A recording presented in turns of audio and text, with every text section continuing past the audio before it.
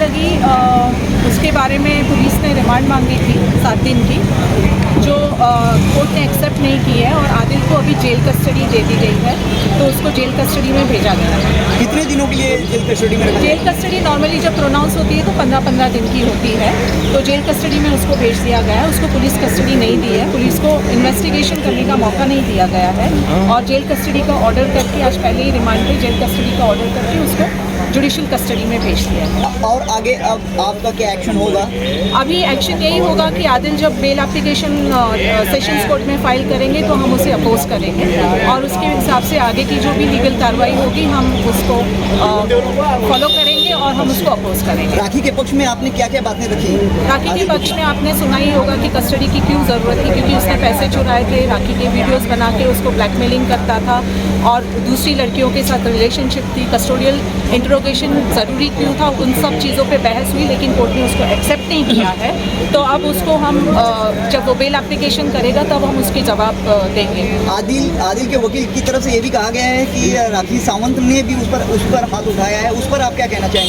वो तो कहेंगे ना अपने डिफेंस में, अब आरोप और प्रत्यारोप होगा तो वो अपने बचाव में तो कुछ ना कुछ बोलेंगे, लेकिन वो जो भी बोल रहे हैं वो सरासर झूठ बोल रहे हैं। और अगर राखी ने उन पे हाथ उठाया था या उनके ऊपर ऐसी कोई चीज़ की थी, राखी ने जब आदिल ने उनको मारा पीटा तब तक वो पुलिस स्टेशन गई और पुलिस कंप्लेंट दर्ज कराई थी, तो फिर आदिल ने क्यों पुलिस कंप्लेंट दर्ज नहीं कराई? अब तक वो क्यों चुप बैठे थे और वो क्यों पुलिस में नहीं गए और राखी के खिलाफ शिकायत क्यों नहीं की? उन्होंने तभी करनी चाहिए थी। आज जब आप अरेस्ट हुए और आप इस तरह के बयानबाजी कर रहे हो तो वो तो बात की बात है, लेकिन ऐसा कुछ भी नहीं हुआ है और हर चीज़ का हम जवाब सही वक्त आने पे विद एविडेंसेस देंगे। उनकी तरफ से ये भी कहा गया है कि आदिल रहना चाहते हैं राखी सावंत के साथ, मगर राखी सावंत नहीं रहना चाहती, इसलिए वो इतना सब नाटक कर रही है। आप सब ने देखा था कि वो मीडिया में आके बार बार स्टेटमेंट दे रही थी, वो पोस्ट कर रही थी कि वो आदिल को वापस बुलाने के लिए कितनी जद्दोजहद कर रही थी, कितनी सारी बार उसको रिक्वेस्ट कर रही थी, सारे फ्रेंड्स के थ्रू, इवन वाहिद के थ्रू उन्होंने बात करने की कोशिश की,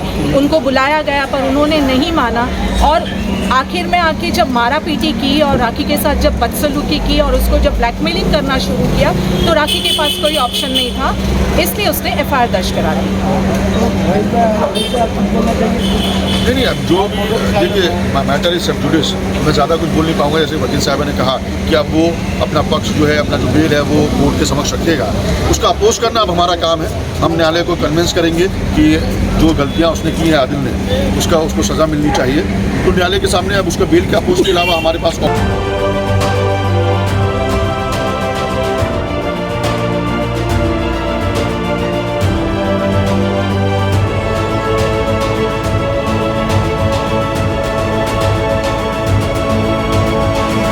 पेशी थी, क्या हुआ उसमें?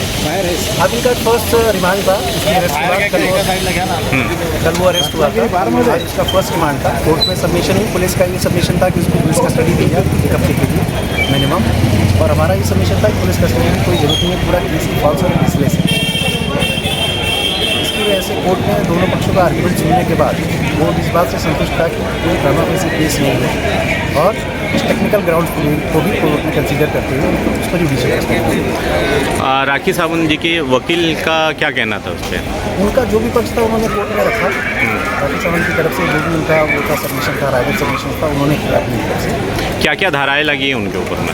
धाराएँ 406 है, 323 है, 504, 506 पार्ट 2 और सब्सिक्वेंटली 498A और 377 ऐड किया पुलिस ने एफआईआर लॉन्च होने के नेक्स्ट। तो क्या चांसेस है उनका नेक्स्ट जो तारीख आएगी उसमें कुछ बेल का चांसेस है, क्या है, मतलब कुछ बता पाएंगे? हमको तो पूरा भरोसा है न्यायालय पे, कोर्ट सच्चाई को एक्सेप्ट करेगा और अपने क्लाइंट को न्याय देगा। Thank you.